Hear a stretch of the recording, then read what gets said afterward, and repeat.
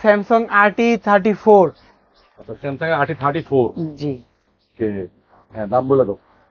এটার এমআরপি হলো ৭৫,৯০০ টাকা, আমাদের কাছে পেয়ে যাবেন ৪১,৭০০ টাকা। 3700 টাকা। জি। আর একটু কমাই দিবে আসলে নাকি? আচ্ছা ঠিক আছে, সেটা কমাই দেওয়া যাবে।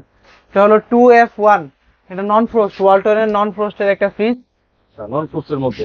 জি, এটা আমিও দেখাচ্ছি বিভিন্ন শপে, ভিডিওতে। 2F1, এটা হচ্ছে 261 লিটার। ছোটর মধ্যে অনেক একদম টিপটপ কন্ডিশন, লুকটা দেখতে সুন্দর। 2F1।